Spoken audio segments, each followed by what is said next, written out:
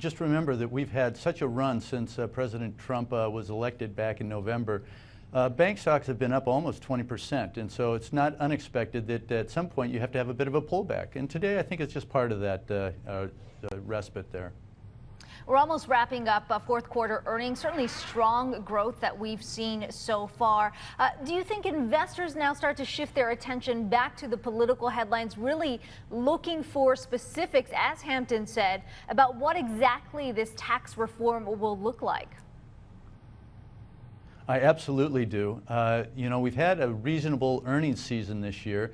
About 80% of the companies have reported with about a 6% beat on earnings for the median.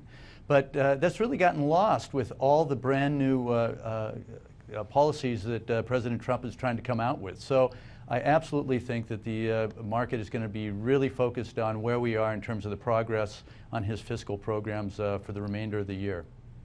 You know, Wayne, I feel like I've asked this every day this week, but, you know, considering just how far out the markets have run here, on the back of, you know, a few specifics, at least on economic policies, are you surprised that, I mean, I guess the question is, can you characterize investors as being too complacent, considering some of the risks of potential Trump policies, which include the border tax, as well as other protectionist rhetoric coming from this administration?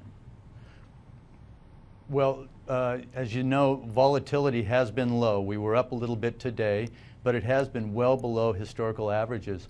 I think that the market is really trying to price in a lot of good news, and they have been doing that since the fourth quarter of this year.